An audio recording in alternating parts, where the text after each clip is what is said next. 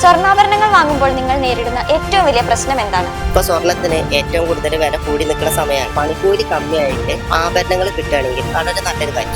സ്വർണം വാങ്ങുമ്പോൾ ഞങ്ങൾ പണിക്കൂലി കൊടുക്കുന്നുണ്ട്. പിന്നെ അത് വിൽക്കുമ്പോൾ സ്വർണത്തിന്റെ പൈസ മാത്രമേ കിട്ടുന്നുള്ളൂ. അത് ഞങ്ങൾക്ക് വലിയൊരു നഷ്ടം തന്നെയാണ്. മോളുടെ കല്യാണം, അതിനൊക്കെ നമുക്ക് ഒരുപാട് സ്വർണം വാങ്ങേണ്ടി വരും. അപ്പോ പണിക്കൂലിയില് ലക്ഷങ്ങളാണ് നമുക്ക് നഷ്ടം സംഭവിക്കുന്നത്. ചില ജ്വല്ലറികളില് ആൾത്തരം നോക്കിയിട്ടാണ് പണിക്കൂലി ഈടാക്കുന്നത്. അതിനോട് യോജിക്കാൻ സാധിക്കില്ല. പണിക്കൂലി എവിടെ കുറച്ച് കിട്ടുന്നു അവിടേക്കാണ് നമ്മൾ പോകുന്നത്. സ്വർണത്തിന്റെ വില എല്ലായിടത്തും ഒരേപോലെയാണ്. പണിക്കൂലി തന്നെയാണ് എല്ലാവർക്കും പ്രശ്നം. ബ്രാൻഡഡ് ജ്വല്ലറി ആണെന്ന് കരുതി പണിക്കൂലി കൂടുതൽ മേടിക്കുന്നത് ശരിയാണ്. കൂടുതൽ പണിക്കൂലി അത് തന്നെയാണ് പ്രശ്നം. പണിക്കൂലി ഇല്ലാതെ ആഭരണങ്ങൾ തരാമെന്ന് പറയുന്നത് വേറെ രീതിയിലുള്ള ചതിയാണ്. അന്യായമായ പണിക്കൂലി, അതാണ് പണിക്കൂലി തന്നെയാണ് പ്രശ്നം. പണിക്കൂലി തന്നെയാണ് പണിക്കൂലിയാണ് പ്രശ്നം. പണിക്കൂലി തന്നെയാണ് പ്രശ്നം. കുതിച്ചുയരുന്ന സ്വർണ്ണവിലയുടെ ശതമാനം കണക്കാക്കുമ്പോൾ കൂടുതൽ തുക പണിക്കൂലിയായി നമ്മൾ നൽകേണ്ടി വരും. പണിക്കൂലിയുടെ പേരിൽ ഇനി ആരും കബളിപ്പിക്കപ്പെടരുത്.